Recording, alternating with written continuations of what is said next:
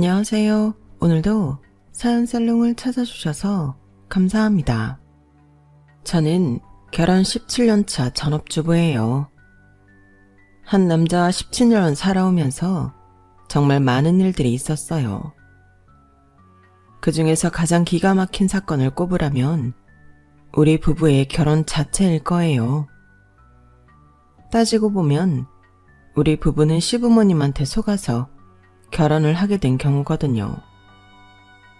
그래도 다행인 건 우리 두 사람이 너무 잘 맞아서 잘 살고 있으니 다행이라면 다행이겠죠. 그래도 식장에 들어갔을 때 신랑이 바뀌어 있는 걸 알게 됐을 땐 정말 당황했어요. 어떻게 이런 기막힌 일이 벌어졌는지 지금부터 제 인생 사연을 전해드리겠습니다. 저는 15살 무렵부터 친척집을 전전하며 살았어요. 교통사고로 부모님을 한날 한시에 잃게 된 저는 처음 4년간은 친할머니와 살았어요. 하지만 몇 년 뒤 할머니가 치매가 심해지면서 요양원에 들어가시게 되었고 이후로는 고모집과 외삼촌집, 작은아빠 집을 전전하며 살았어요. 다들 생활이 넉넉치 않은 터라 군 식구 하나 느는 게 반가울 리 없었어요. 저 때문에 부부싸움을 하시는 걸 볼 때마다 차라리 혼자 나가서 살고 싶다는 생각을 했지만 어린 저로서는 그마저도 여의치 않았어요.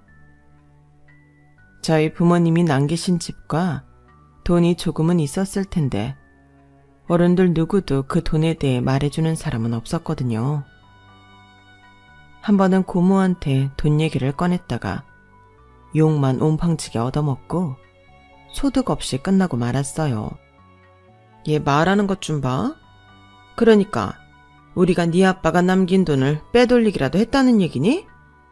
정말 어이가 없어서 기껏 불쌍해서 키워줬더니 누굴 도둑으로 몰아. 너 그럴 거면 당장 우리 집에서 나가. 물에 빠진 사람 구해줬더니 보따리 내놓으라고 한다고 네가 지금 딱 그 짝이잖아. 조그만 게 아주 팔랑 까져서는 못하는 소리가 없어.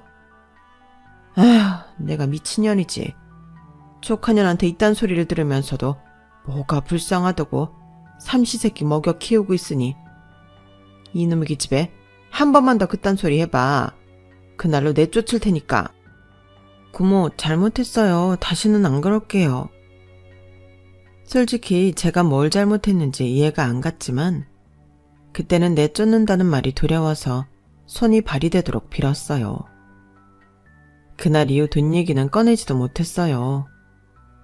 그때 생각한 건 부모님이 남긴 돈을 찾으려 애쓰기보다는 내가 직접 벌어야겠다는 거였어요. 고모 집에서 지내다가 외삼촌 집으로 가게 됐을 때부터 패스트푸드점에서 아르바이트를 시작했는데 그렇게 번 돈으로 제 용돈은 충당할 수 있었어요. 방학 때는 일하는 시간을 늘려서 비상금도 마련했고요. 언제 내쫓길지 모르는 생활이었기 때문에 내 손에 돈을 쥐고 있어야 안심이 되더라고요. 외삼촌이 외숙모 몰래 종종 용돈을 주기는 했지만 돈이 필요할 때마다 매번 달라고 하기 미안해서 내 손으로 벌려고 애를 썼어요. 뻔한 살림에 어린 동생들도 둘이나 있어서 군 식구인 저한테까지 신경 쓰게 하고 싶지 않았거든요. 매번 돈 때문에 외삼촌과 말다툼을 하는 외숙모를 볼 때마다 모든 원흉이 나인 것 같아서 미안하기도 했고요. 고등학교 졸업을 앞두고 작은아빠 집에서 한 달 정도 지냈는데 혹시라도 제가 눌러 앉을까봐 작은아빠를 비롯해 온 가족이 눈치를 주더라고요. 그때는 제가 아르바이트를 하면서 돈을 벌고 있을 때라서 금전적으로 기대지도 않았는데 저만 보면 이렇게들 돈 얘기를 꺼내셨어요. 이건 확실히 하고 넘어가자. 우리 너한테 금전적으로 해줄 수 있는 게 없어. 그래야 할 이유도 없고. 너도 알다시피 우리 집에 고등학생이 둘이야. 앞으로 돈 들어가려면 남았단 얘기지. 너도 양심이 있다면 여기서 눌러 살 생각은 안 하겠지만 그래도 사람 일 모르는 거잖니? 말로는 아르바이트 때문에 한 달 신세 진다고. 하지만 그 한 달이 2달 되고 1년이 될지 어떻게 아냐고. 네 작은 아빠도 그렇고 나도 그렇고 솔직히 널 돌봐야 할 책임은 없는 사람들이야. 그건 너도 알아야 해. 그동안 남의 집을 전전하면서 마음 다치는 일이 많아서 그런지 작은엄마 말에 상처를 받지는 않았어요. 오히려 작은엄마 입장에선 그럴 수밖에 없다고 이해하는 입장이었어요. 상황이 이러니 또래 친구들처럼 학교 성적을 걱정하는 건 제게 있어서 사치였어요. 어떻게든 집에 폐 안 끼치고 내 힘으로 살아내는 게 지상 최대의 과제였을 정도로요. 부모님이 살아계셨다면 어린 나이에 이런 고민을 하지 않아도 됐겠지만 어쩌겠어요. 내 인생이 이런 걸요. 그래서 일찍부터 안 되는 건 포기하고 될 만한 거에 집중했어요. 제가 선택한 건 돈을 버는 거였어요. 돈을 벌어서 더는 눈칫밥 먹지 않고 언제 쫓겨나더라도 먹고 살 수 있도록 대비하는 거요. 그리고 그 계획은 고등학교를 졸업하면서 실현되었어요. 서울에 있는 대학에 합격한 친구를 따라 저도 서울로 상경하게 되었거든요. 친구가 다니는 대학 근처에 방을 얻은 우리는 월세와 생활비를 반반 부담하는 조건으로 함께 살게 되었어요. 원룸 보증금은 친구 부모님이 내주셨고요. 워낙 어릴 때부터 아르바이트를 하며 돈을 벌어왔던 터라 생활비 버는 건 솔직히 걱정이 안 됐어요. 그보다는 친한 친구랑 같이 어른들 눈치 안 보고 살 수 있다는 기대감이 컸죠. 친구와 원룸 생활을 시작하고 한동안은 들떠서 미래에 대한 걱정이고 뭐고 없었어요. 하지만 좋아서 죽고 못 사는 부부 사이도 살다 보면 싸움도 하고 이혼까지 가기도 하잖아요. 저와 친구도 그랬어요. 고등학교 시절 단짝이었던 친구와 저는 함께 살면서 더할 나위 없이 좋았어요. 취향도 비슷하고 워낙 친한 사이라서 눈빛만 봐도 상대가 뭘 원하는지 알 정도니까요. 하지만 시간이 흐를수록 대학생 신분인 친구와 고졸 아르바이트생인 저 사이에는 조금씩 균열이 생기기 시작했어요. 생활 패턴부터 평소 상대하는 사람들, 주로 사용하는 어휘가 다르다 보니 어느 순간 거리감이 생겼거든요. 거기다 학벌 차이가 나다 보니 세상을 바라보는 가치관도 달라지고 미래에 대한 설계 자체도 달라져서 더 그랬던 것 같아요. 세훈아, 너 언제까지 아르바이트나 하고 살 거야?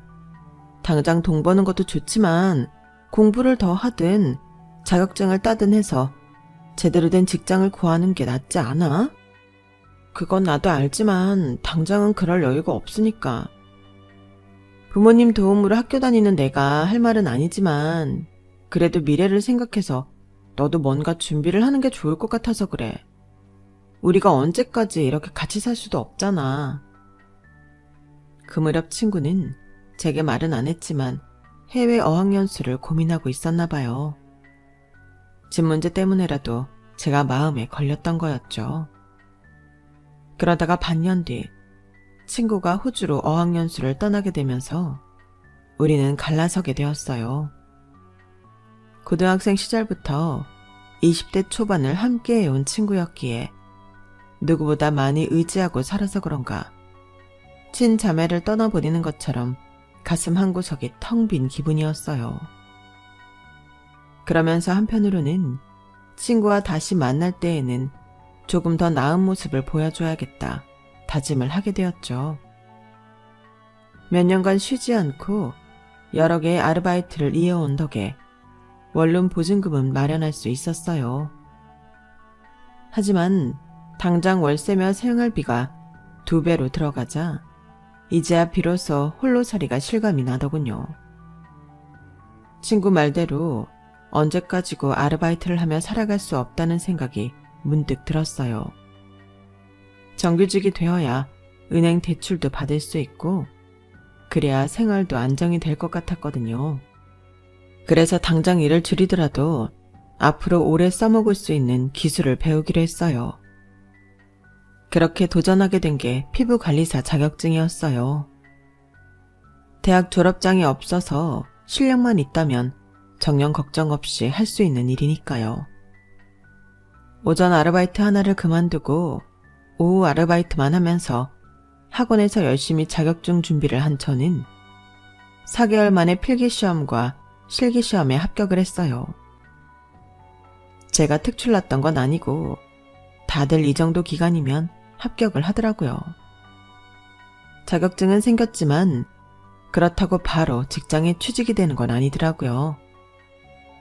학원 원장님 추천으로 대형 샵에 들어가 수습 기간을 보냈고 그 기간이 끝난 뒤 자체 평가 성적에 따라 취업이 결정됐어요. 다행히 저는 샵에 남을 수 있었어요.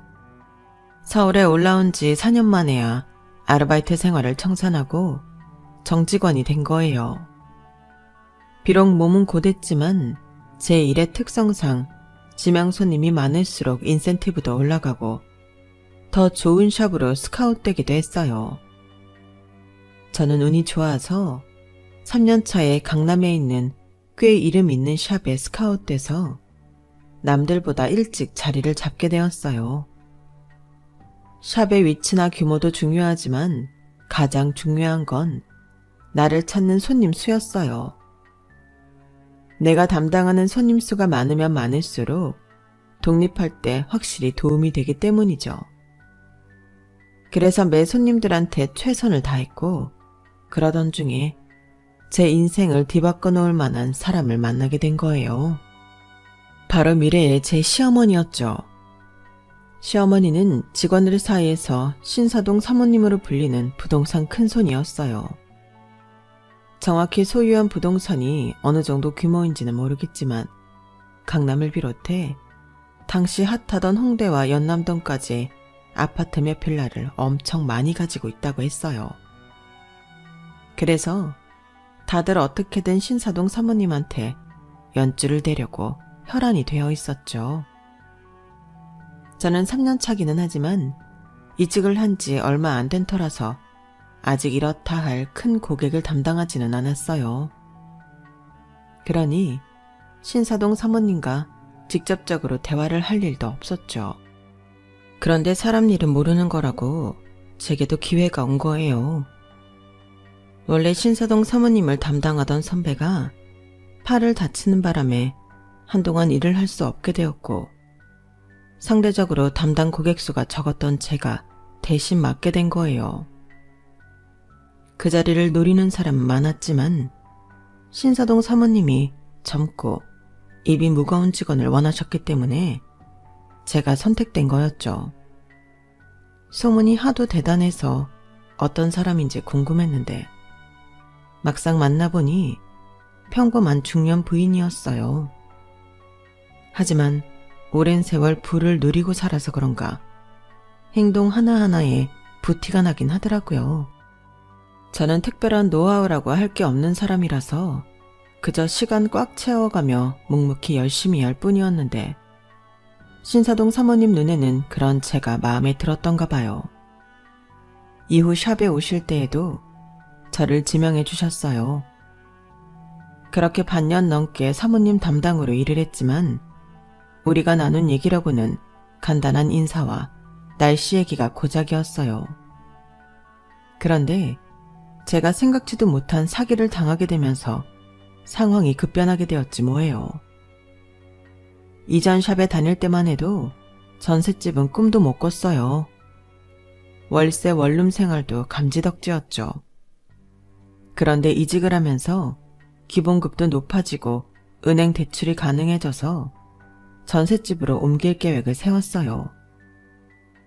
매달 나가는 월세면 전세금 대출 이자를 낼 수 있으니 저로서는 목돈을 만들 기회가 되기도 했거든요. 하지만 원룸 계약 기간이 반년 남짓 남은 상태라서 당장 옮길 수는 없었어요. 그래서 그 기간을 채우고 이사를 했던 건데 부동산에 대한 지식도 경험도 없던 터라 보기 좋게 사기를 당하고 만 거예요. 이사 전날 집주인한테 잔금을 먼저 치러달라고 연락을 해왔길래 어차피 줄 돈 하루 미리 보내준다고 뭔 일 있겠나 싶어 보내줬어요. 그런데 이사 당일 집에 가보니 다른 세입자가 떡하니 살고 있더라고요. 일주일도 전에 이사를 들어왔다면서요. 문제는 부동산 중개소를 통한 계약이 아니라 지역 정보지에 실린 광고를 보고 한 계약이라는 거였죠. 눈앞이 캄캄했어요. 돈도 돈이지만 당장 싣고 온 짐을 풀 곳도 없었거든요. 트럭기사 아저씨는 짐은 어디에 풀 거냐고 닥달이고 그 집에 살고 있는 세입자는 자기는 모르는 일이니 나가달라고 성하고 정말 정신이 하나도 없었어요. 결국 이전 원룸 주인 아줌마한테 부탁해 일주일 더 그 집에서 살기로 했어요. 급한 마음에 경찰서를 찾아가 신고를 했지만 계약서에 적힌 이름이며 주민등록번호까지 모조리 가짜여서 사기꾼을 찾기 힘들다는 얘기를 들었어요. 그동안 통화를 했던 전화번호도 이미 없는 번호라는 음성만 나올 뿐이었고요. 당장 지낼 곳이 막막해진 저는 일을 하면서도 정신은 온통 집 문제에 쏠려 있었죠. 그날따라 잔실수가 많았는데 제게 실수를 봤던 신사동 사모님이 그러시는 거예요. 세연씨, 무슨 걱정 있어? 평소랑은 달라서 말이야. 자기가 이렇게 덤벙대는 사람은 아니잖아. 일터에서 개인적인 얘기를 하는 게 금지돼 있었지만 그날은 나도 모르게 제 상황을 털어놓고 말았어요. 그러자 저를 위아래도 살피시던 사모님이 그러시는 거예요. 그럼 세은 씨는 부모님이나 여타 가족이 없는 거야? 아니, 내가 흉을 잡으려고 그러는 게 아니라 딱 해서 묻는 거야. 네, 친척들이 있기는 하지만 연락을 끊고 산 지도 좀 되고 도움을 청할 사정이 안 돼서요. 그거 참 안 됐네. 그럼 이렇게 할래? 내 아들이 요 근처에 살고 있는데 집에서 일 도와주던 사람이 갑자기 그만둬서 말이야. 가사 도우미는 따로 불러 쓰고 있으니까 그건 걱정 안 해도 되고 간단한 심부름이나 조금 해주면 돼. 요즘은 입주 도우미를 구하는 게 힘들어서 걱정이었는데 세은 씨 상황이라면 오히려 잘 맞을 것 같네. 샵 일도 계속하면서 집에 있는 시간에만 심부름 정도 해주면 되는 일이라고 하니 저로서는 이보다 좋은 제안이 없었어요. 그래서 바로 하겠다고 말씀드렸죠. 그러자 사모님이 그러시는 거예요. 우리 애가 다리가 조금 불편해. 그래서 심기가 꼬여 있는데 그건 세은 씨가 무시하고 지내면 될 거야. 내가 김 기사한테 말해둘 테니까 내일 오전 중에 짐 옮기고 일 시작해. 그럼 월세나 공과금 같은 건 어떻게 해야 할까요? 아드님한테 직접 내면 되나요? 뭐? 월세? 사람을 뭘로 보고 그래? 그냥 살아. 대신 내 아들 일거수일투족은 나한테 바로바로 알리고. 그 정도는 할 수 있겠지? 그렇게 저는 신사동 사모님 아들 집에 들어가 살게 되었어요. 제가 일하는 샵과는 버스로 2정류장 거리여서 출퇴근도 편하고 좋더라고요. 집은 또 얼마나 넓은지 10식구가 살아도 충분할 정도였어요. 그런 큰 집에는 저와 사모님이 아들뿐이었어요. 사모님 말씀대로 다리가 불편해서 집안에서도 휠체어를 타고 다니더라고요. 심기가 꼬여있다던 사모님 말씀과 달리 아드님은 과묵하고 행동거지가 조심스러운 사람이었어요. 그 집에 들어가 살기 시작하고 일주일이 지났지만 우리는 말 한마디 섞어본 적이 없었어요. 제가 질문을 하면 고개만 끄덕이는 정도였으니까요. 사모님은 샵에 올 때마다 집에 따로 손님은 없었는지 아들이 하루 종일 뭘 하며 지내는지 물었지만 대답해드릴 거리가 없었어요. 그렇게 한 달여가 되어가던 어느 날 저녁을 짜게 먹어서 그랬는지 잠결에 목이 말라 주방으로 나왔어요. 그런데 안방 쪽에서 신음소리가 들리더라고요. 방문 가까이 다가가 보니 그 소리가 더 또렷하게 들렸어요. 그래서 혹시 무슨 일이 있나 싶어 방문을 열고 들어가 봤더니 아드님이 진땀을 흘리며 잠결에 끙끙 앓고 있는 거 있죠. 흔들어 깨워봤지만 도통 깨어나질 못했어요. 그런데 바들바들 떠는 남자의 손이 제 옷자락을 꽉 쥐고 있더라고요. 꼭 감은 눈 옆으로는 눈물이 흐르고 있었어요. 그 모습에 나도 모르게 울컥했어요. 얼마나 무서운 악몽이기에 성인 남자가 이렇게 아이처럼 겁에 질려 잠을 설칠까 생각하니 마음이 쓰이더라고요. 그래서 나도 모르게 남자의 머리를 쓰다듬으며 괜찮다고 몇 번이나 말해주었어요. 그랬더니 남자도 조금씩 안정을 찾아가더라고요. 남자는 그날 일을 기억하지 못했지만 저는 또렷이 기억하고 있었기 때문에 남자를 볼 때마다 마음이 쓰이더라고요. 그리고 그날 일은 차마 사모님께 전하지 못했어요. 제가 모자 사이에 대해 정확히는 알지는 못했지만 두 사람의 행동을 보니 친모자지간이 아니라는 것과 둘 사이가 그리 좋지 않다는 건 알 수 있었거든요. 저를 이 집에 보내준 건 사모님이지만 이상하게 마음이 가는 쪽은 남자여서 나름의 노선을 타게 된 거였죠. 물론 남자는 제게 그러라고 하지 않았음에도 말이에요. 입주한 지 한 달이 지나도록 별다른 보고가 없자 사모님은 조금씩 짜증을 내기 시작했어요. 세은씨, 그렇게 안 봤는데 너무 날로 먹으려 드는 거 아니야? 내가 뭐하러 세은씨를 그 집에 보냈다고 생각해? 정말 잔심부름이나 해주라고 보낸 것 같아? 눈치가 없는 거야, 없는 척 하는 거야. 그게 무슨 말씀이신지 잘 모르겠는데요. 그럼 제가 뭘 했어야 하나요? 다 원참. 아니, 내가 그런 것까지 일일이 다 말해줘야 돼? 젊은 남녀가 한 집에 있으면 무슨 일이 있어야겠어. 우리 아들이 다리는 그 모양이어도 인물은 그만하면 어디서 빠지진 않잖아. 다리가 불구지 남자 구실 못하는 것도 아닌데. 세은씨, 여자는 자고로 어떤 남자를 만났느냐에 따라 팔자가 변하는 거라고. 언제까지 남의 얼굴이나 만지면 살 거야? 잘 생각해보라고. 그 말을 듣고 나니 그제야 사모님 전담이었던 직원들의 조건이 떠올랐어요. 젊고 입이 무거운 사람, 팁도 잘 주고 까다로운 분이 아님에도 왜 그렇게 전담이 수시로 바뀌었는지도 말이죠. 모르면 모를까 직접적인 얘기를 듣고 나니 집에서 남자를 마주칠 때마다 화들짝 놀라곤 했어요. 밤마다 방문을 걸어 잠그고 몇 번이나 확인할 정도로 겁에 질려 있었죠. 그러자 하루는 남자가 그러는 거예요. 혹시 내가 그쪽을 어떻게 할까봐 날 피하는 거예요? 그런 거라면 걱정 말아요. 세은 씨한테 나쁜 짓 할 생각 없으니까. 저 때문에 기분 나쁘셨다면 죄송합니다. 그리고 집은 방 구하는 대로 나갈게요.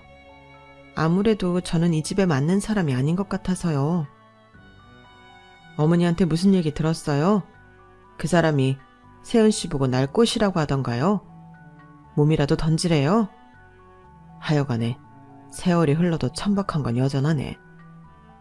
그런 거라면 집 안 나가도 돼요. 나도 사람 자주 바뀌는 거 싫으니까. 어머니한테는 대충 둘러대세요. 나랑 꽤 가까워졌다고. 그럼 귀찮게 안 할 겁니다. 이런 상황이라면 자존심상 당장 나가겠다고 해야 맞겠지만 가난이 사람을 궁색하게 만들더라고요. 수중에 가진 돈이 없어서 나간다 해도 고시원 정도가 고작이었거든요. 그래서 선뜻 나가겠다는 말이 나오지 않았어요.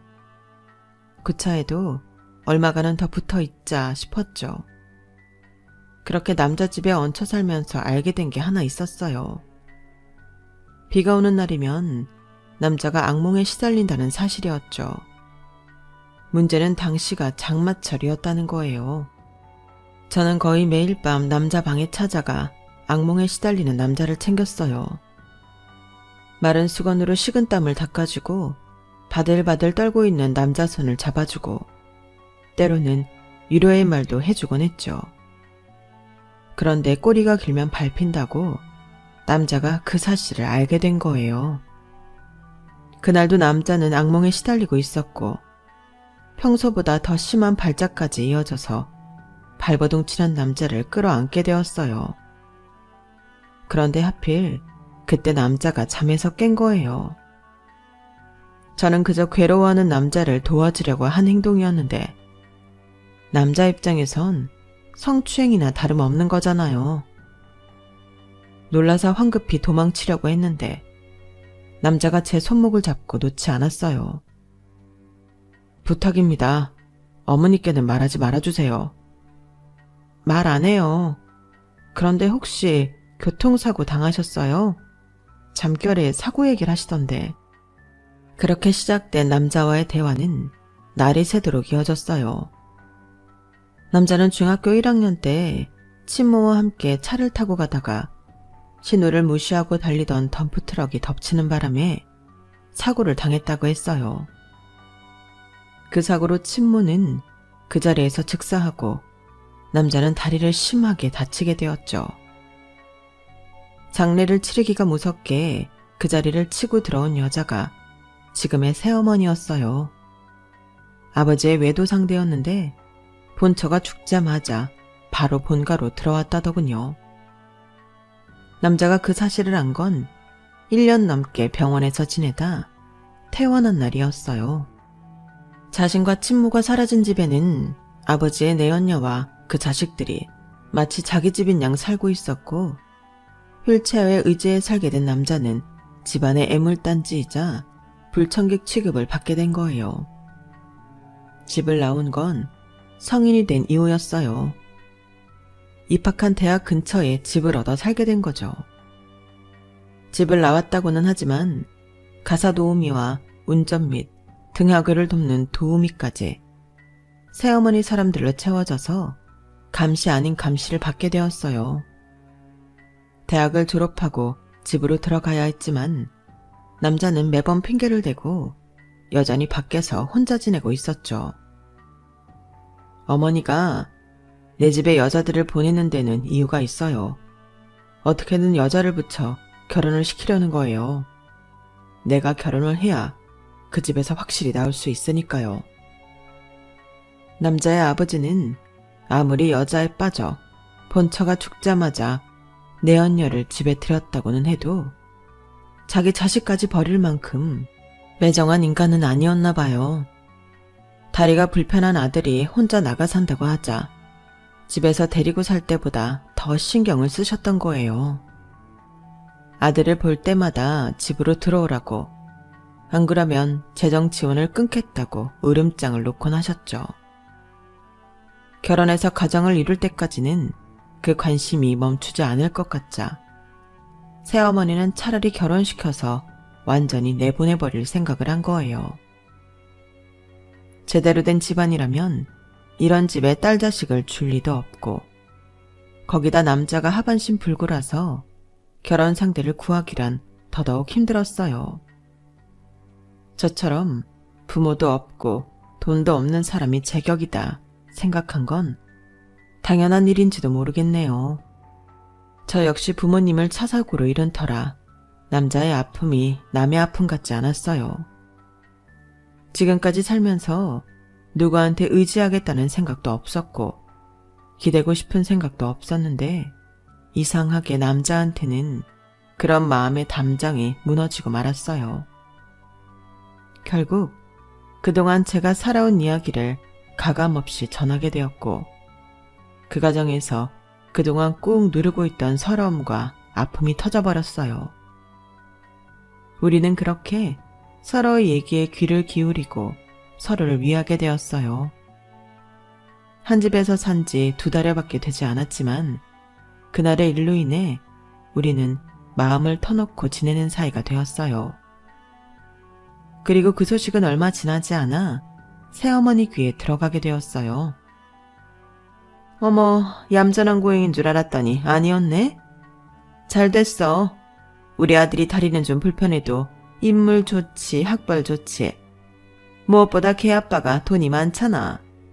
그래도 명색이 큰아들인데 건물 하나 안 주겠어? 내 입으로 이런 말하긴 좀 그렇지만 세은 씨 땡 잡은 거야. 그래, 결혼은 언제 하기로 했어? 쇳불도 한 김에 빼랬다고 올해 안에 하면 좋겠는데 세은 씨는 어때? 네? 결혼이요? 사모님, 뭔가 잘못하신 모양인데요. 저희 아직 아무 사이도 아니에요. 아니긴, 도우미 아줌마가 그러는데 세은 씨가 아침에 우리 애 방에서 잠옷 차림으로 나오는 거 봤다는데? 어디서 시치미를 때? 뭐야, 요즘 말로 원나잇이다 이거야? 그렇게 안 봤는데 자기 아주 여운해? 우리 애 마음 잡고 나니까 이제 협상이라도 하겠다는 거야 뭐야? 좋아, 결혼만 해. 그럼 45억짜리 건물 하나 줄게. 미리 말해두는데 분수에 넘치는 걸 바라다간 손에 쥔 것도 뺏기는 수가 있어. 명심해. 그러니까 우리가 날을 새고 서로에 대한 얘기를 나누던 그날, 아침이 돼서야 남자 방에서 나온 저를 도우미 아주머니가 보았던 모양이었어요. 그날 우리가 무슨 얘기를 나눴는지는 비밀이었기에 더는 새어머니 심기를 건들지 않으려고 조용히 입을 다물었어요. 그 바람에 남자와 저는 밤을 함께 보낸 사이로 기정사실화 되었지만요. 어떻게든 남자를 부친으로부터 떨어뜨리려 혈안이 된 새어머니는 당사자들의 의사와 상관없이 결혼을 밀어붙였어요. 처음엔 그리 걱정을 하지 않았는데 남자 아버님까지 집에 찾아오시는 바람에 상황이 묘하게 돌아가기 시작했어요. 결혼 자체에만 관심이 있는 새어머니와 달리 아버님은 저라는 사람에게 관심이 있으신 것 같았거든요. 집안 사정부터 자라온 환경, 그 밖의 사람 됨됨이까지 며느리로 드릴 만한 사람인지 아닌지를 보시는 것 같았어요. 그래서 더 떨리더라고요. 이걸 다행이라고 해야 할지 모르겠지만 아버님은 제가 마음에 드셨나 봐요. 이후로도 따로 저를 부르셔서 밥도 사주시고 선물도 사주셨거든요. 우리가 아무 사이가 아니라는 걸 말씀드리려 했지만 그러지 못한 이유가 있었어요. 남자는 자신이 당한 교통사고에 새 어머니가 연관돼 있다는 걸 알고 있었어요. 당시 사고를 낸 트럭 기사가 형을 마치고 찾아왔었거든요. 아들 수술비 때문에 벌인 짓이라면서 울면서 사과를 했다더군요. 하지만 중간 브로커를 끼고 벌어진 일이라서 그걸 새어머니와 연관시키기가 힘들었어요. 그 연관 증거를 찾아야 하는데 지금과 같은 상태라면 새어머니 눈을 피해 사건 조사를 할 수 없어서 결혼을 통해 시간을 벌어야 했어요. 이제 제 결심만 남은 상황이었죠. 남자를 도와 결혼식을 올리고 시간을 벌어줄 것인가, 아니면 여기서 발을 뺄 것인가. 살면서 지금까지 저는 누군가에게 피해를 주고 도움만 받고 살았잖아요. 그런데 생애 처음 제 도움을 필요로 하는 사람을 만나게 되니 이성적인 사고보다는 감정적으로 되더라고요. 하루아침에 부모님을 잃고 세상에 혼자 버려졌던 나와 남자가 자꾸 동일시 되었거든요. 결국 저는 남자를 돕기로 했고 결혼을 하게 되었어요. 만난 지 3개월 만에 벌어진 일이었죠. 결혼식을 보름께 앞두고 저는 일을 그만두었어요. 그리고는 본격적으로 결혼 준비를 시작했죠. 신혼집은 살던 집에 꾸리기로 해서 안방 침대와 화장대 같은 가구 몇 개만 바꾸기로 했어요. 아무래도 남편은 함께 움직이기 불편해서 새 어머니와 함께 가구를 보러 다녔어요. 마치 안방 마님이 종년한테 선심 쓰듯 어찌나 생색을 내는지 함께 있는 시간이 너무 힘들더라고요. 시간은 흘러 결혼식 전날이 되었어요. 그날은 병원 진료가 있는 날이라서 함께 병원으로 갔어요. 사고 이후 매주 병원에서 물리치료를 받아왔던 터라 의사 선생님도 그렇고 수간호사, 사무장님도 다들 친했어요. 남편과 한 집에서 살게 된 이후 저도 자주 함께 왔던 병원이기도 했어요. 결혼 소식을 알렸더니 다들 내일처럼 기뻐해 주시더라고요. 그날따라 남편의 물리치료는 길어졌고 드디어 결혼식 당일이 되었어요. 친인척들한테 연락을 하기는 했지만 와주실지 몰라서 저는 남편과 함께 입장을 하기로 했어요. 그래서 남편의 휠체어 뒤에 섰는데 그 순간 기적 같은 일이 벌어진 거예요. 휠체어에 앉아있던 남편이 벌떡 일어선 거였죠. 마침 그때 식장 문이 열리고 버진로드 앞에 우뚝 서있는 남편을 본 사람들이 다들 입을 떡 벌렸어요.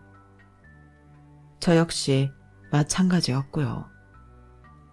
남편은 제 손을 잡고 버진로드에 첫 발을 내딛었어요. 한 3걸음쯤 걸어 들어갔을까요?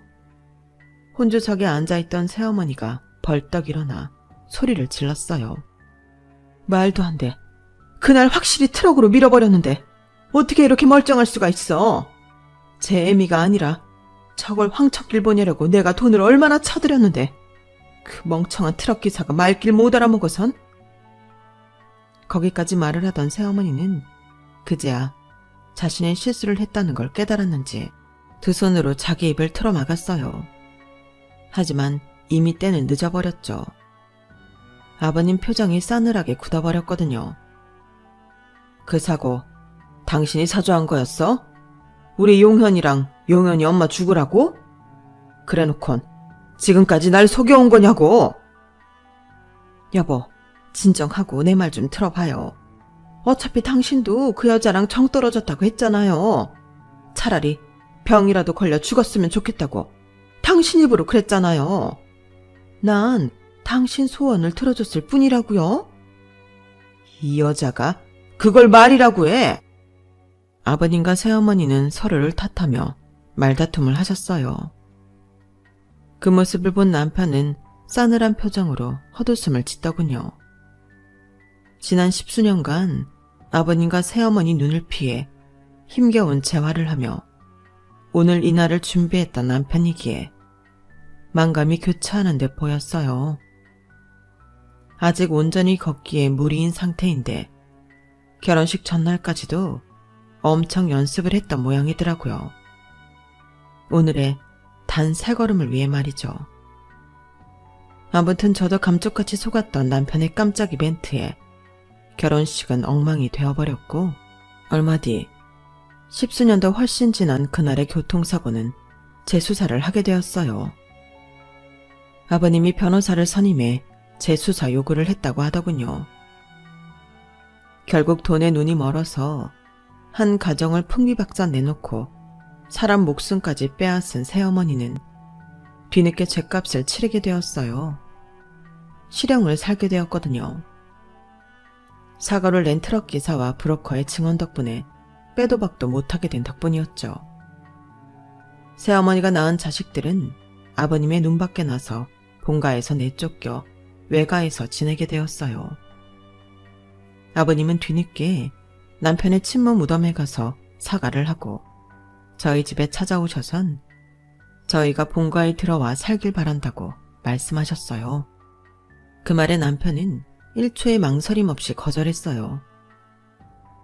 애초에 아버지가 그 여자랑 외도만 하지 않았더라면 이런 비극은 없었을 거예요. 어머니를 죽인 건 그 여자지만 아버지도 어머니의 죽음에 죄가 없다고는 할 수 없어요. 한 사람의 인격을 무참히 밟으셨으니까요. 저는 앞으로 아버지께 자식으로서 도리는 하지 않을 겁니다. 그리고 아버지가 내 외가에서 받아간 돈은 이자까지 쳐서 다 받아낼 생각이고요. 예초에 아버지가 그 많은 부동산을 가지게 된 건 다 제 외가 덕분이었으니까요. 뒤늦게 안 사실이지만 아버님이 부동산으로 돈을 벌게 된 것도 지방 유지였던 남편의 외가 덕분이었다고 하더라고요. 처가덕에 돈을 벌어놓고는 보란듯이 외도를 저질렀으니 인간이 할 짓이 아니죠. 남편은 아버님과의 연을 끊었고 아버님을 다시 보게 된 건 얼마 전에 있었던 아버님의 장례식 때였어요.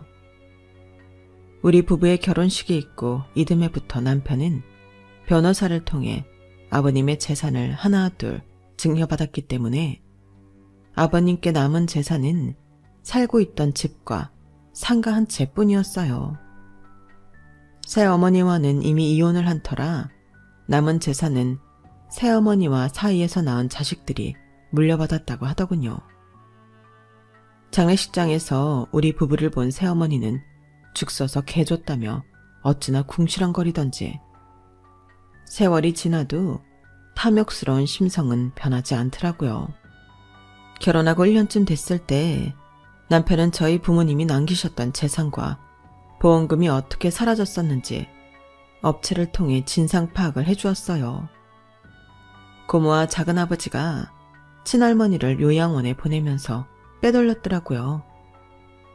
남편은 제가 원한다면 소송을 통해 되찾아주겠다고 했지만 그러지 말라고 했어요. 고모와 작은아빠가 한 짓은 괘씸하지만 어찌됐건 간에 부모 잃은 저를 키워준 건 사실이니까요. 지금에 와서 그 돈을 받는다고 해도 제 인생이 달라질 것 같지도 않았고요.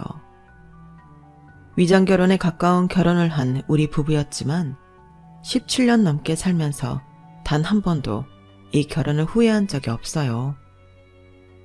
남편은 여전히 한쪽 다리를 절고 있지만 제게 있어 남편은 세상 누구보다 멋지고 든든한 남자거든요.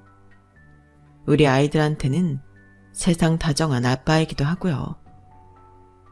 우리 부부는 너무 일찍부터 파란만장한 인생을 살았지만 오늘은 이 순간이 지나는 게 아까울 정도로 행복한 나날을 보내고 있습니다. 그래서일까요?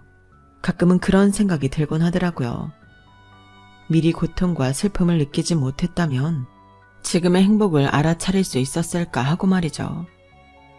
지금 이 순간에도 힘겨운 나날을 보내시는 분들이 있다면 저를 통해 이거 한 가지만 기억하셨으면 해요. 아직 여러분의 인생에는 행복이 당도하지 않았을 뿐이라는 걸요. 그리고 그날은 반드시 온다는 것도 말이죠. 지금까지 제 사연을 들어주셔서 감사합니다. 오늘도 기운 내서 열심히 살아보자고요. 여러분, 사연 댓글에 응원과 현명한 조언 부탁드려요.